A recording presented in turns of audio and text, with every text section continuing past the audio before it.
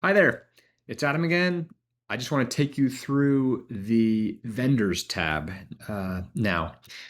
And there's a couple things we do with vendors. When we say vendors in our platform, we're typically referring to a vendor you have defined in your accounting system.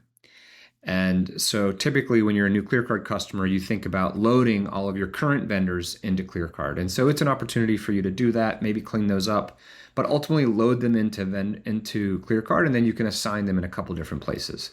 So first of all, I've just got my list of all the vendors I have loaded. If you want to upload your own file, we have a nice little upload widget. It's great to just upload a CSV and map the data to the fields you want.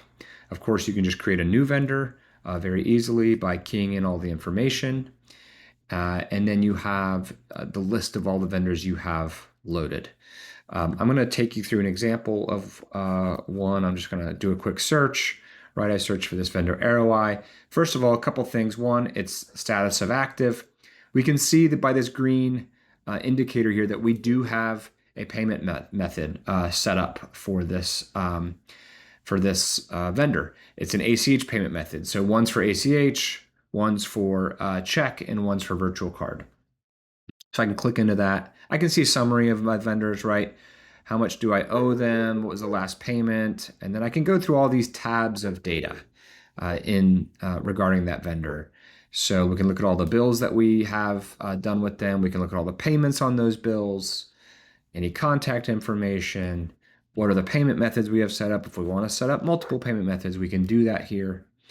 And then the invites just tracks when we've requested payment details from them, and we've sent them an invite to say, hey, give us your bank account details so we can send you an ACH payment. So that's what the invites is. Of course, you can hand key that in as well. So that's just an overview of the vendors. And then there's, of course, two places that we use this. I've already talked about payment methods. The main one is in our bill pay product. You may or may not be using that.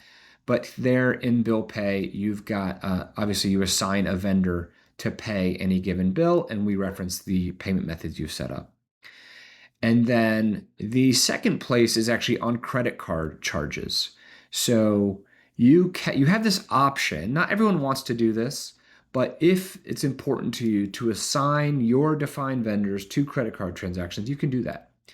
You can come in here and on any credit card transaction, actually reference your list of vendors and assign it as needed. And so maybe if we wanted to set up ACS or something to this vendor, we could do that. And now that's assigned to the credit card transaction so that when you integrate that into your accounting system, it's got a defined vendor on it. Okay, that's an overview of the vendors and the two places where we assign vendors today. Hope that helps. Thank you.